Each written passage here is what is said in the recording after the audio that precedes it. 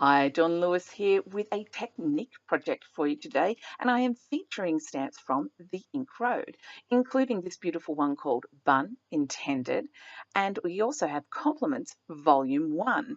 I will also be using today a basic card base, it's A5, a 6x4 Project Life card, 6mm double-sided tape, black cardstock, Express It blending card, Memento Tuxedo black ink, Ranger Archival Jet Black ink. I have a I have Distress inks in Worn Lipstick and Picked Raspberry, and a mini mister with just plain water, a distress tool, and a variety of Copic markers. I will also be stamping with my mini Misty today. I have a small chopping board because I need it to use my heat gun with. All right, so let's get stuck in and start with the stamping. I've trimmed my blending card down to the right size for this bun intended stamp. I love a pun, and a pun on buns. Oh, totally had me. I love this stamp. It's absolutely gorgeous, and you could use it for a lot of different things.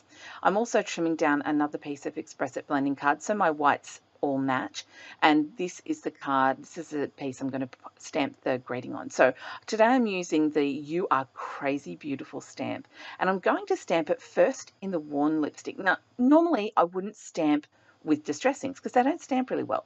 Now I'm using Picked Raspberry, and I had a little fluff on my stamp.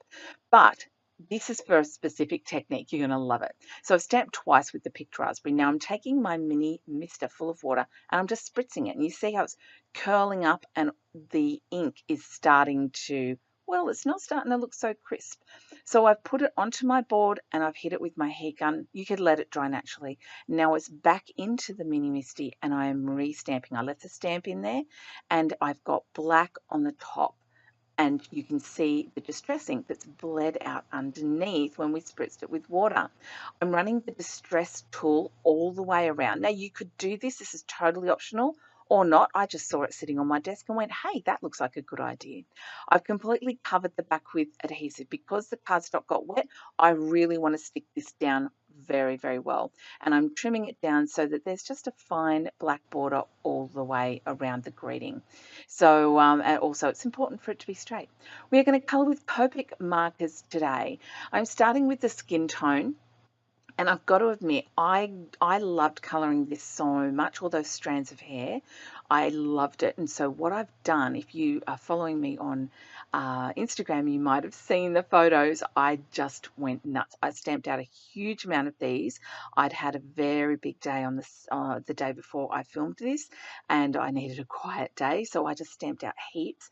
I grabbed a bunch of Copic markers and I sat on the lounge in front of the telly and had a rest day and just did heaps of colouring. It was so much fun mixing and matching. So you might notice this is like I'm being a bit fiddly. Why aren't I colouring in all the hair strands? Well, that's because this girl's got her some foils, some gorgeous coloured foils. And for this, I'm using red violets. This is one of my favourite pink combos. It's a gorgeous bubblegum pink. And I'm just doing a few strands of hair here and there. I was trying to predict where the colours from the head would go up into the bun. And then I thought, you know what? Hair is unpredictable. I don't know about you, but I have some bad hair days and my hair becomes quite unpredictable. So, you know, who knows whether, I reckon every time you put up a bun, if you had foils, it would end up in different places. So I'm using the 4 colours so they get the RV10 all over, the RV11 coming in from the edges with that flick blending technique. Now, if you're new to Copics, I do have a 7-part video series on blending for beginners, especially if you don't have very many Copic markers, and you could definitely apply those principles to this project. So I'll pop a link to that one below. If I can figure out cards, I'll put up a card so you can click on it. It will be really cool if I can figure that out. So I'll pop a link so that you can find that Copic video if you are just new to Copics or you don't have very many in your collection. For the rest of her hair, I decided this girl could be blonde and pink. So I'm going to see The Wizard of Oz, and Wicked is one of my favourite musicals, and my hubby got us tickets for The Wizard of Oz and Glinda and Elphaba. Wicked is my favourite musical of all time, and I thought if Glinda was around now, she would totally be a blonde with pink streaks in her hair. She would. So I was inspired by that. I'm using Y20s for this blonde hair. I love this combo. You can sometimes sneak a little E11 into this combo for some real darkness. But the Y21, 23, 26, 28, they really do the job quite well. So it's just a matter of repeating. It's the same blending all the way around. It's just each time you bring in a darker color, you you just cover less space, less and less and less space, and you don't even need to come back with the palest color and blend this all out. So I have gone around this piece with the distress tool as well, and I actually think it came up really, really good. It's I don't know, it adds a little bit of interest, texture to the card. And this is quite a simple card. It's really very simple.